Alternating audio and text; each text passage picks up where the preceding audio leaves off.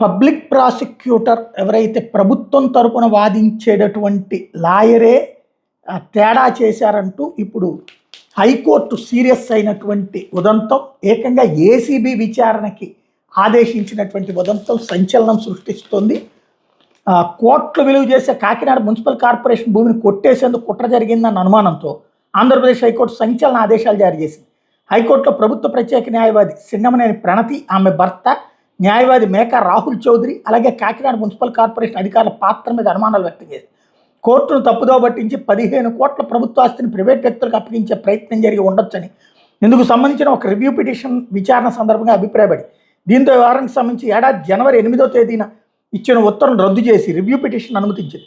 మోసం, కుమ్మక్కు, పరస్పర విరుద్ధ ప్రయోజనాల ఘర్షణ, కాన్ఫ్లిక్ట్ ఆఫ్ ఇంట్రెస్ట్ వంటి అంశాలు తీవ్రమైన ఆందోళన కలిగిస్తున్నాయంటూ ఈ కేసు విచారణ సందర్భంగా న్యాయమూర్తి జస్టిస్ నూనేపల్లి హరినాథ్ వ్యాఖ్యానించారు.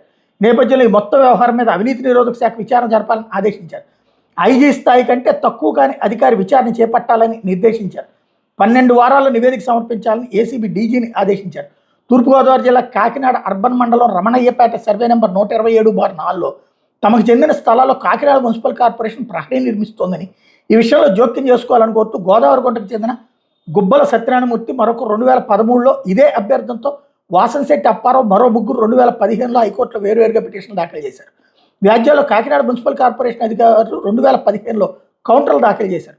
పిటిషనర్లు ఏ స్థలాలనైతే తమ స్థలాలుగా చెప్తున్నారు, వాస్తవానికి అవి ప్రజా ప్రయోజనాల నిమిత్తం విడిచిపెట్టిన స్థలాలని, వాటిని కాపాడాల్సిన బాధ్యత తమ మీద ఉందని కార్పొరేషన్ అధికారులు కౌంటర్లో పేర్కొన్నారు.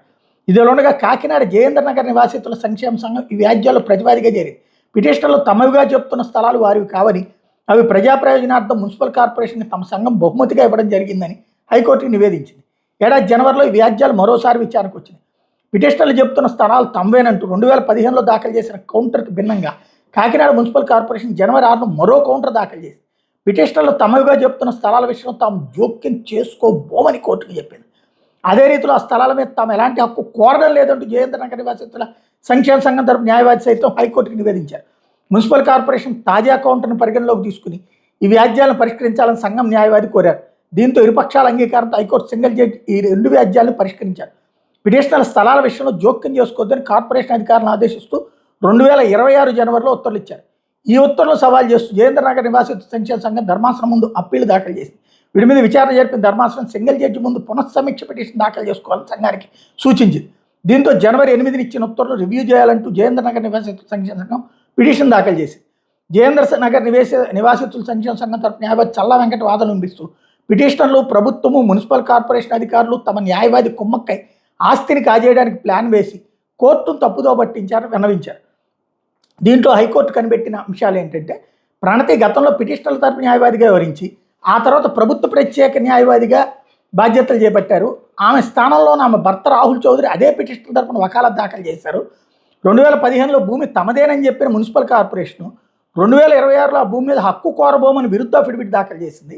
హైకోర్టులో ప్రభుత్వం తరపున మళ్లీ ప్రణతి హాజరు కావడం, కాకినాడ మున్సిపల్ కార్పొరేషన్ గతంలో దాఖలు చేసిన కౌంటర్కి భిన్నంగా ఇప్పుడు ప్రైవేట్ వ్యక్తులకు అనుకూలంగా కౌంటర్ దాఖలు చేయడం వంటి వరుస పరిణామాల మీద న్యాయమూర్తి అనుమానాలు వ్యక్తం చేశారు. ఈ పరిణామాలు కోర్టును తప్పుదోవ పట్టించి ప్రభుత్వ ఆస్తిని కాజేయాలనే ప్రయత్నాన్ని సూచిస్తున్నాయని వ్యాఖ్యానించారు. ఈ కేసుల్లో ఆయా పార్టీల తరపున హాజరైన న్యాయవాదులు వ్యవహరించిన తీరు వృత్తిపరమైన తీవ్ర దుష్ప్రవర్తన, కోర్టును మోసం చేయడానికి చేసిన ప్రయత్నం అన్నారు. ప్రభుత్వం దాని అనుబంధ సంస్థల తరపున హాజరైన న్యాయవాదులు తమ బాధ్యతలను నిర్వర్తించడం దారుణంగా విఫలమయ్యారని తీవ్రంగా ఆక్షేపించారు. రిట్ పిటిషనర్లు, ప్రతివాదులు, ప్రభుత్వం తరపున హాజరైన న్యాయవాదులు కోర్టును మోసం చేయడం పట్ల కోర్టు తీవ్ర అసంతృప్తి వ్యక్తం చేసింది. ఈజీగా అర్థమయ్యే భాషలో చెప్పాలంటే 2015లో ఉన్నది తెలుగుదేశం ప్రభుత్వమే. అక్కడ ఆక్రమించుకున్నారు కొన్ని ప్రదేశాలంటూ, అవి ఖాళీ చేయాలంటే మమ్మల్ని ఖాళీ చేయనివ్వద్దని వాళ్ళు కోర్టుకు వెళ్ళారు. 2015 అంటే చంద్రబాబు గారు 14లో వచ్చినప్పుడు వెంటనే నెక్స్ట్ ఇయర్ అప్పుడే క్లియర్ చేసేయాలి కోర్టులు. కానీ అది సాగుతూ వచ్చి ఇప్పుడు 2026లో అవును ఆక్రమించుకున్నదే ఆ స్థలము, మేము దాంట్లో జోక్యం చేసుకోమని అదే కార్పొరేషన్ అంటే అదే ప్రభుత్వం, కూటమి ప్రభుత్వమే ఇప్పుడు మళ్ళీ అఫిడవిట్ వేసింది. అంటే లాయర్లు, ఆక్రమణదారులు కుమ్మక్కై ఆడిన నాటకం. దీని మీద ఇప్పుడు సిబిఐ విచారణకు ఆదేశించింది. సిబిఐ కాదు, ప్రభుత్వ విచారణకు ఆదేశించింది కోర్టు.